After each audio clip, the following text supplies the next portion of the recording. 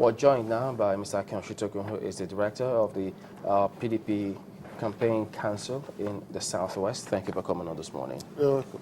Well, the PDP has been saying a lot, not just about what they intend to do, but about the opposing candidate. But the president was talking about corruption, how they intend to tackle it, while the opposition has accused them of not being able to adequately tackle corruption. Well, for the president, for the party and for the country, do you think that some of these messages, the campaign messages they keep giving out, both parties, your party for instance, is really sinking with the people? Well, on the issue of corruption, corruption has been a long-standing problem in Nigeria. It's as entrenched as any other aspect of society.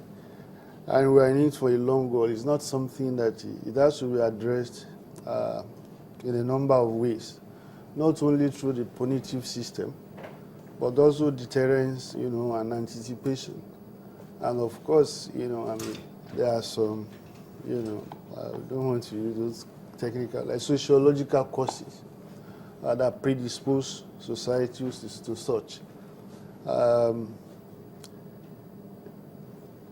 Look, many people may not get the linkage, for instance, but the prescription of something like restructuring and things like that that makes for a better and more effective governmental order in itself it's a response to it's more fundamental than the way people are seeing it to be.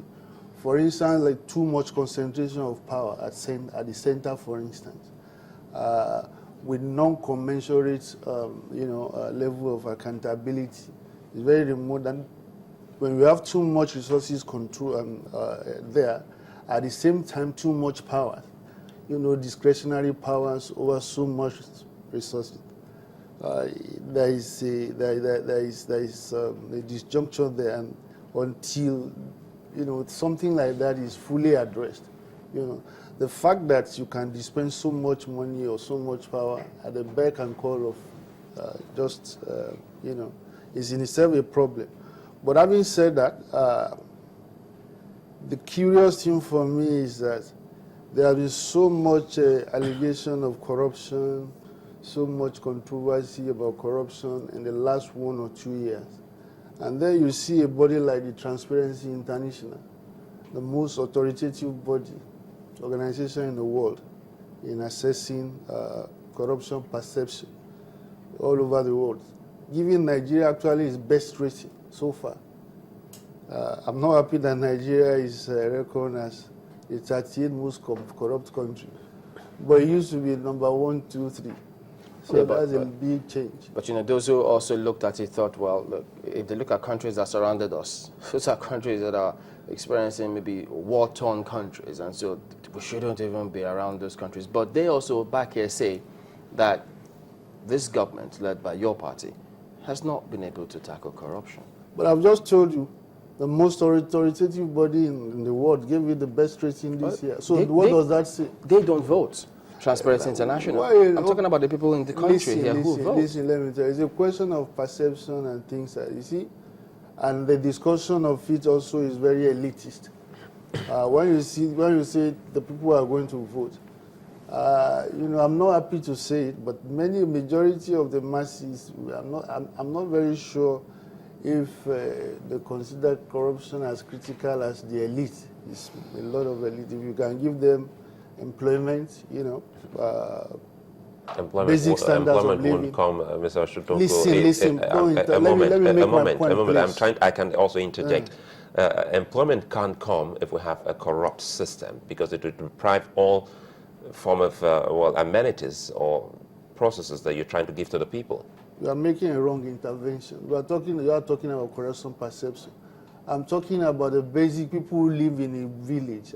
Of what issue is it? Look, you go to the agricultural sector in Nigeria, for instance. I don't think it has had this much improvement in the agricultural business. I think maybe I should make myself clear. Maybe if you I'm help me. I'm not arguing with you on what corruption is. Let me make myself clear. It's not an argument. I have to make it clear. If you say the man in the village has no issue about corruption. They want to see the basics. I'm saying the basic won't come if we have a corrupt system. I agree with you. I agree with you. Are you satisfied? I don't understand. Oh. Well, I agree with you. You said corrupt. Yes, of course. I mean, if there's corruption, it affects the level of development. I'm telling you, at the point of voting, I've been there. You go to when a typical man in the village goes to vote. If you want to be honest or realistic with yourself, unless you don't know what is going to happen, what is happening, it's not going to. Many of them are not going to vote on the basis of what you say, corruption or something. Is that something we should take pride in? Of course. Excuse me. The fact that we can, sway their votes only and simply because we give them whatever it is we give them at the polling unit.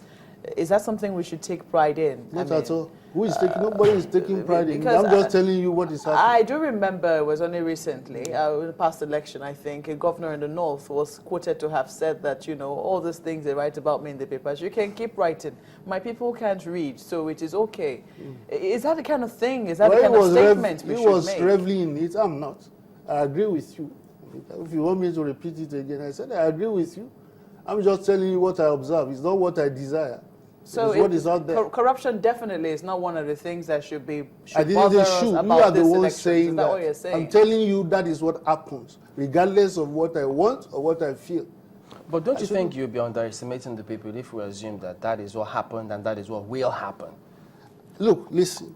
It's not my wish, what I want is that they go there out and take that into consideration. I'm just telling you that is my own observation.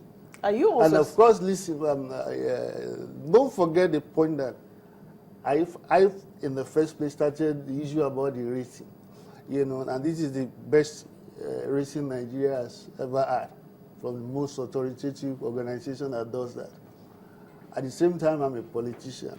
I've observed, and I was a student of social science. I've studied I've observed and studied voting all over the places. I can give you roughly, So it's not what I wish or what I did. Of course, that cannot be the case.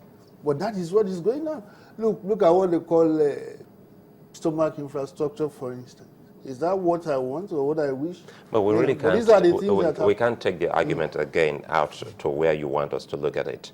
For those who are also bothered about corruption, and Chamberlain has said, well, that's an international body. But let's talk about what we see and what we have seen over time, especially with this government. Would you say it has done well in the fight against corruption? Yes, of course. Listen, let me tell you Let's something. talk about specifics yes, then. Okay, you will tell me one of those specifics. I will tell you one or two. The fertilizers syndicate. Listen, Nigeria is what is not sensational. You think it is not happening because it doesn't make the news buying lines. That doesn't make that something is not going on. I'm sure you probably not or don't know the extent or the significance of the fertilizer syndicate. So you will not be able to factor that into your own assessment of what is going on, what is not going on. But let me tell you something, right? We should all try and be as scientific as we can in our approach to issues. Nobody knows, nobody has the organization, the means, and the authority to know more about corruption in Nigeria or any part of the world than the Transparency International. That is his work. As a matter of fact, former President Obasanjo is on the board of trustees of Transparency International. It is what they do. You see, but Nigerians, you choose what is convenient for you. When Nigeria is rated 1 or 2 or 3 most corrupt country in the world, nobody controverts it. It is celebrated. It only becomes an issue and asking for specifics. Are we When here there's an to, improvement, just a moment. But listen, let me finish. Are you Just saying- wait. I've just given you one specific anyway. And you also know that the president reiterated as one of his campaign stops that approaches to corruption, they are different. It's not too concentrated at the punitive end. You can anticipate as certain deterrents. One of which is made that the payments or the way you pay for contracts or salaries and things, the way you dispense money, you can make it, to a certain extent, corruption proof, And a lot of corruption and leakages go through that way. But the emphasis here is on the punitive measure. You want to see people, that is, of course, that's part of it. But a large part of it also is you anticipating it with structures. That even if you desire to be corrupt, the structures will prevent you from being able to Do we have the structures now? Yes, of course. Which of them? Well, he mentioned one about the payment system. He was using it to illustrate the delay in the payment of salaries in the past 2 months or so.